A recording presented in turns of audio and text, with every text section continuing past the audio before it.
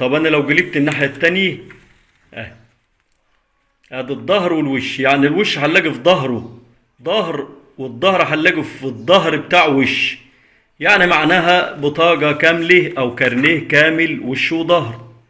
وطبعا لو عندي شهادة ميلاد ولا غيره هندخلها، ده هتبقى سهلة لانها هتبقى وش واحد فقط.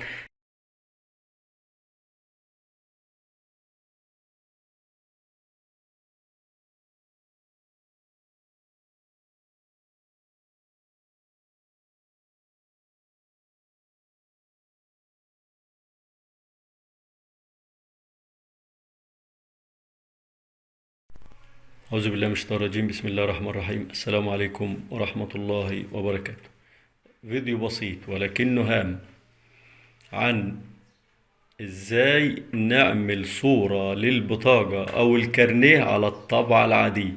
انا عندي طبعتي في البيت بنجهز عليها ملفاتي هلا وعلى الكمبيوتر وبنطبع منه، لكن بنروح نصور البطاقة، بنصور الكارنيه، بنصور شهادة الميلاد. ازاي نعمل دولت على الطبعة بدل ما نروح من عند الطبعة، بدل ما نروح نصورهم في مكان التصوير، طب ما ندخلهم على الكمبيوتر ونعمل صور او نسخ منهم، سواء حتى لو الطبعة عندي وش وظهر، او برضو لو حتى طبعة عادية ما فيهاش الدوبليكس او ما فيهاش امكانية الوش والظهر، يعني بتطبع وش بس. الحالتين دول هنعملهم ازاي؟ اهي انا عندي دول كام صورة اهم، 6 صور اهم، 2 4 6 اهي.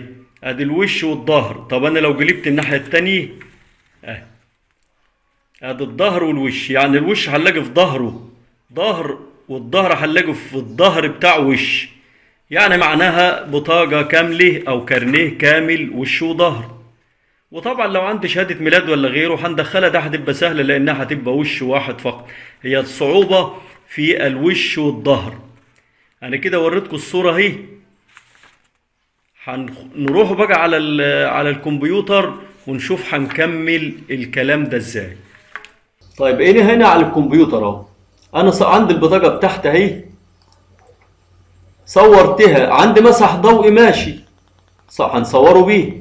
ما عنديش مسح ضوئي، هنصور البطاقة بالمحمول صورة عادلة كده، وبكابل الداتا هندخل الصورة على الكمبيوتر ونعمل لها اختصاص، يعني نظبطها بحيث نخلي الصورة بالمنظر ده كده. ادي الوش وادي الظهر. هنبدأ نعمل ايه؟ او هنجهزهم بالمنظر ده كده. والله ان كانت ال6 صور في صفحة واحدة كتير، وعاوز تبقى الصورة تحتها مثلا فراغ او تحتها حتة واسعة كويسة كده، نخليهم 4 صور فقط. هنعمل الكلام ده ازاي؟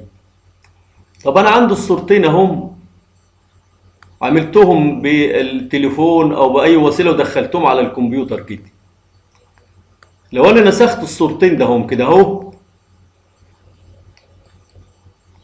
وعملت كوبي او نسخ، ورحت على ملف وورد انا لسه فاتحه اهو، هنبدأ نعمل ايه؟ نبدأ الاول نعمل ادراج لكذا صفحة فاضية من هنا. انا جايب الموضوع من اوله بتفاصيله. هنسيب مثلا الصفحتين الاولانيين وننزل في الصفحة الثالثة ونحط الصورتين بتوعه.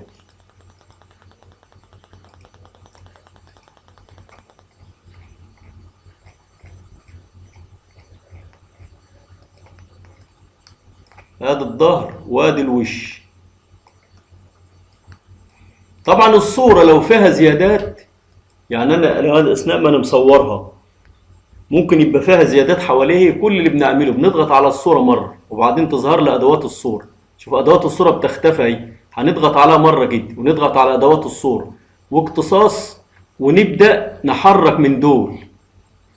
شوف لو انا حركت كده هنشيل منها. انا مظبطها هنا الصورة كده من الجناب ومن كل مكان. وفي نفس الوقت نتأكد لما نحط الوش على الظهر كده اللي الاتنين نفس الحجم بالظبط، يبقى انا كده ظبطت الصورة بتاعتي. طيب نبدأ نعمل ايه؟ هنبدأ نظبط الصفحة الأول من الهوامش، تخطيط الصفحة والهوامش، وهوامش مخصصة، ونخليها مثلا ايه؟ كلها واحد. نضغط واحد وتاب من لوحة المفاتيح كده عشان نحرك أعلى وأسفل وأيمن وأيسر والكلام ده كله، وموافق. تقوم تبقى الصورة بتاعت ايه؟ الصفحة بتاعت مظبوطة، ما فيهاش هوامش عريضة. نبدأ بقى إدراج،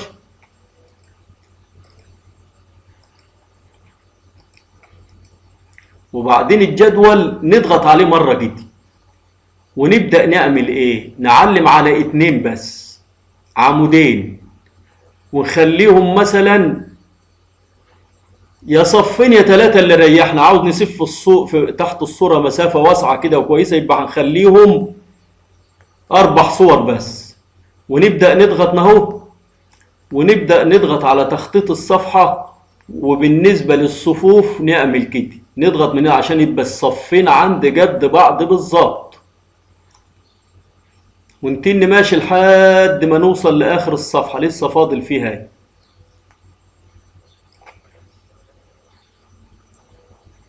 عشان بس طبعا الصورة لازم ما تبقاش الصورة على قد الصفحة بالظبط، يبقى حواليها فاضي كده.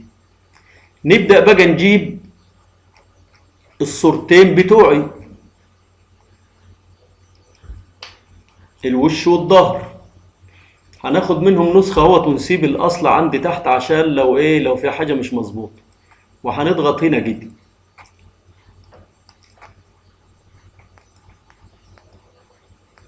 ادي مثلا الوش هنا والظهر هنا.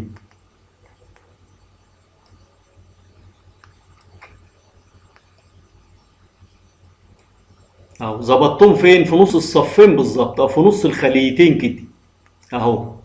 عاوز نخليهم لفوق بحيث يبقى الفاضي كلته تحت برضه مفيش مشكلة. هنضغط كده ونبدأ نسحب الصورتين، انا ظللت الاتنين، ونضغط على كنترول من لوحة المفاتيح ونسحبهم كده، ونظبطهم برضه، ونظبطهم في نص الصفحة بالظبط عشان الظهر يطلع ورا الوش بالظبط. لو ما ظبطتش دي هيطلعوا مختلفين، الوش ورا الظهر.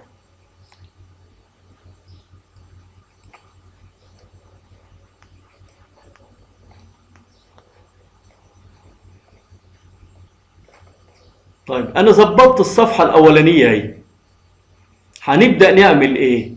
نبدأ، عاوز نسيب الحدود بتاعة الجدول ماشي، عاوز نخفيه هنبدأ نضغط على العلامة ده اهي، ونضغط على ادوات الجدول، ونضغط اهو، ونقول له بلا حدود عشان تبقى الايه، هو الجدول كده موجود بس انا خاف الحدود بتاعته. ونضغط عليه تاني كده، نظلله ونعمل نسخ، وننزل في الصفحة التانية نحط نسخة من الجدول اللي فوق. يعني انا نظبط الفوقاني واللي تحت نيجي ناسخ منه عشان يبقى هو بالظبط، ما يبقاش في حاجة مختلفة، وما نحركش حاجة من مكانها. بعد ما عملت الكلام ده في الصفحتين نبدأ نعمل ايه؟ والله لو الصفحة، لو الطبعة بتاعتي فيها وش وظهر يبقى خير وبركة. هنبدأ نضغط كنترول وبي من لوحة المفاتيح، ودينا هنختار الطبعة. وبعدين نعمل ايه؟ هنقول له اهو طباعة على كلا الوجهين مع قلب الصفحات على الناحية الطويلة، لان انا حق الورق عندي هنا بالطول.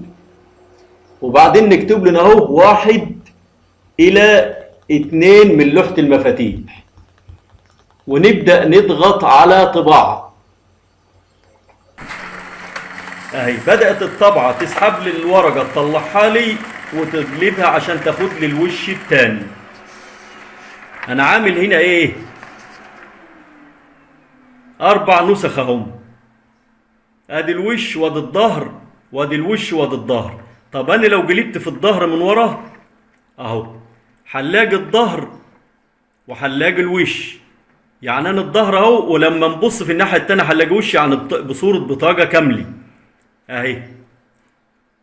ادي كده انا عندي الطبعه بتاعتي فيها وش وظهر، طب الطبعة لما ما فيهاش وش وظهر هنعمل ايه؟ لا الموضوع ان شاء الله سهل برضه، هنوريكم هنعمل ايه على الكمبيوتر ونكمل هنا برضه. طيب انا هنعتبر ان الطبعة بتاعتي ما فيهاش وش وظهر.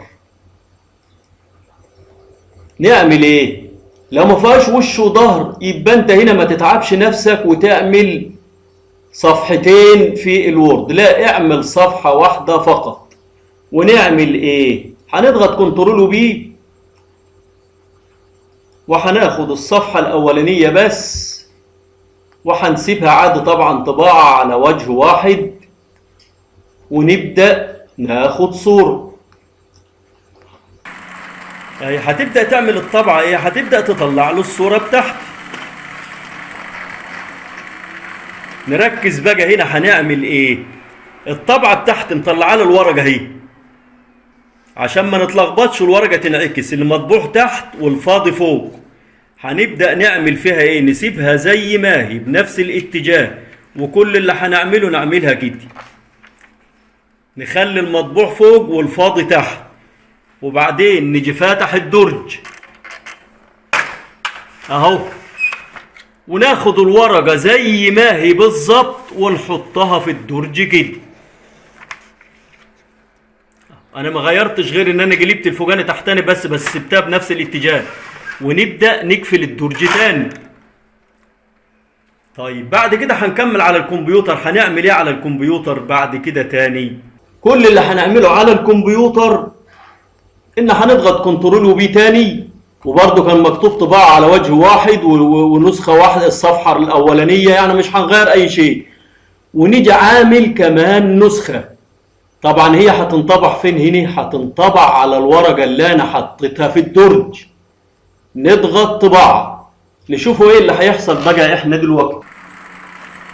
ادي الطبعة كده بدأت تشتغل اهي، وهتبدأ تطلع لي الورقة